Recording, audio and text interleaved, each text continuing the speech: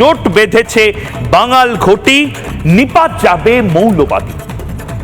মৌলবাদীরা আজ নয়তো কাল নিপাত যাবে, কিন্তু নিপাত যাবার পরে কি হবে?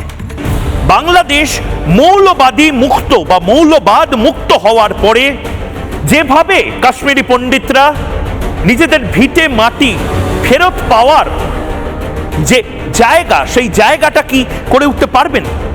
কাশ্মীরে যেভাবে কাশ্মীরি পণ্ডিতদের ঘর বাপসি হয়েছে, ঠিক সেভাবে যারা এক রাতের নোটিসে নোয়াখালী, বরিশাল, ময়মনসিংহ, সিলেট, ঢাকা, নারায়ণগঞ্জ থেকে এক রাতের নোটিসে এপারে চলে এসেছিলেন, যারা হয়তো মৃতদেহের পাশে ঘন্টার পর ঘন্টা লুকিয়ে ট্রেনের মধ্যে এখানে শিয়ালদায় এসে নেমেছিলেন, যারা হয়তো কাঁটাতারের বেড়া পেরিয়ে চলে এসেছিলেন, তাদের কি আবার একটা সম্ভাবনা আছে নিজেদের ভিটে মাটি, নিজেদের পুরনো বাড়িটা যেটা দখল হয়ে গেছে, মৌলবাদীরা যে জমিটা দখল করে নিয়েছে ঢাকাতে, মৌলবাদীরা যে জমিটা দখল করে নিয়েছে যশোরে, ফিরে পাওয়ার সম্ভাবনা আছে?